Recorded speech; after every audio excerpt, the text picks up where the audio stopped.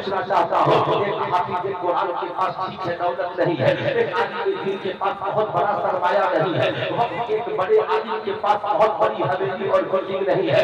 مگر اس کے پاس جو دولت ہے بھارت کے سارے امیروں کی دولت ایک طرف اور اس کے سینے میں جو قرآن محفوظ ہے یہ دولت ایک طرف۔ یاد رکھیے گا زندگی میں ان باتوں کو۔ قرآن کہتا ہے هل يستوي الذين يعلمون والذين لا يعلمون، تم کیا سمجھتے ہو پڑھے لکھے اور جاہل دونوں برابر ہے؟ ایسا نہیں ہو سکتا، بلکہ اللہ نے علم والوں کے عہدے کو بڑھا دیا ہے۔ ماشاء اللہ حضرت علامہ مولانا ڈاکٹر مصوی رضا صاحب قبلہ بھی تشریف لے آئے ہے نا، صبح کے اس بادے زہر میں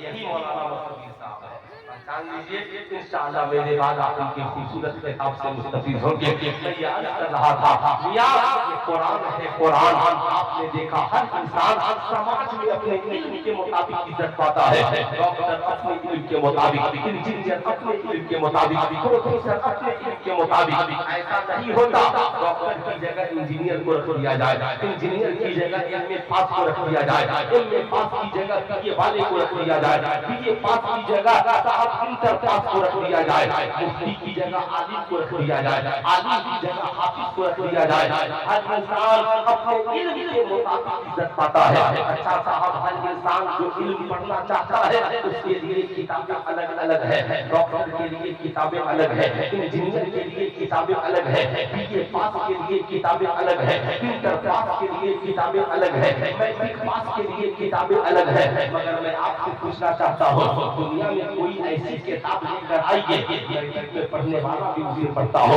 انٹر میں پڑھنے والا بھی اسے پڑھتا ہو، بی اے میں پڑھنے والا بھی اسے پڑھتا ہو، وقت کا ڈاکٹر انجینئر پروفیسر بھی اسے پڑھتا ہو، وقت کا عالم مولانا مفتی اور حافظ اور قاری بھی اسے پڑھتا ہو، عورت بھی پڑھتی ہو مرد بھی پڑھتا ہو، بچے بھی پڑھتے ہو بوڑھے بھی پڑھتے ہو، بیوی بھی پڑھتی ہو شوہر بھی پڑھتا ہو، پیر بھی پڑھتا ہو مولوی بھی پڑھتا ہو، امام بھی پڑھتا ہو مقتدی بھی پڑھتا ہو، غریب بھی پڑھتا ہو امیر بھی پڑھتا ہو۔ صاحب دنیا میں کوئی ایسی کتاب لے آئیے کتاب ایک ہو، ہندوستانی بھی پڑھتے ہو نیپالی بھی پڑھتے ہو، پاکستانی بھی پڑھتے ہو فرانسیسی بھی پڑھتے ہو، چائنیز بھی پڑھتے ہو جاپانی بھی پڑھتے ہو۔ آپ کہیں گے مولانا ایسی کون سی کتاب ہے؟ ہاں بھیا ایسی کوئی کتاب انگلش میں نہیں ہے، ایسی کوئی کتاب سنسکرت میں نہیں ہے، ایسی کوئی کتاب ہندی میں نہیں ہے۔ ہاں اس عظیم کتاب کا نام جو سب پڑھتے ہیں اس کتاب کو قرآن عظیم کہا جاتا ہے، اس کتاب کو کلام الہی کہتے ہیں، اس کتاب کو قرآن مقدس کہتے ہیں۔ ہاں یہ قرآن ہے،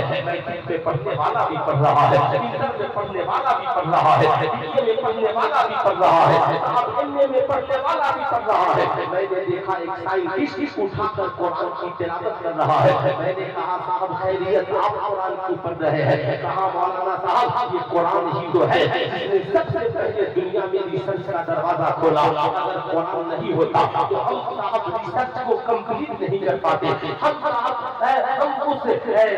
مقام تک نہیں پہنچ پاتے جہاں تک ہمیں پہنچنا چاہیے تھا۔ یہ قرآن ہے جس نے ہمیں وہاں پہنچایا ہے۔ میں نے کہا پھر بتائیے کہتا ہے اللہ قرآن میں فرماتا ہے بولے کبھی مائی دافی یخرج بین الصلب والترائی، اپنے انسان کو جھچے ہوئے پانی سے پیدا کیا ہے، یہ پانی مرد کے لیے کی ہڈی سے اور عورت کے سینے کے درمیان سے نکلتا ہے۔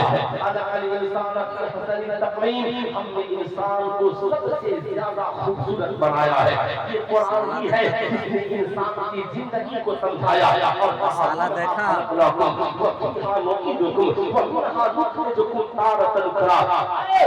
جمال سے تکبر کرنے والا، غرور کرنے والا، بڑے بڑے پہاڑوں میں اترانے والا، یہ تیری جوانی اور زندگانی بڑی چھوٹی ہے۔ یاد رکھنا تیرا رب تجھے اسی مٹی سے بنایا ہے، پھر ہم تجھے اسی مٹی میں ڈال دیں گے، پھر اسی مٹی سے اٹھائیں گے۔ قرآن وہی ہے اگر سائنٹسٹ اپنے مقصد کے لیے پڑھ رہا ہے۔ میں نے دیکھا ایک ڈاکٹر صاحب بیٹھے ہیں اور قرآن کی مریضوں کی قطار ہے، ڈاکٹر صاحب نے اپنے کمپاؤنڈر سے کہا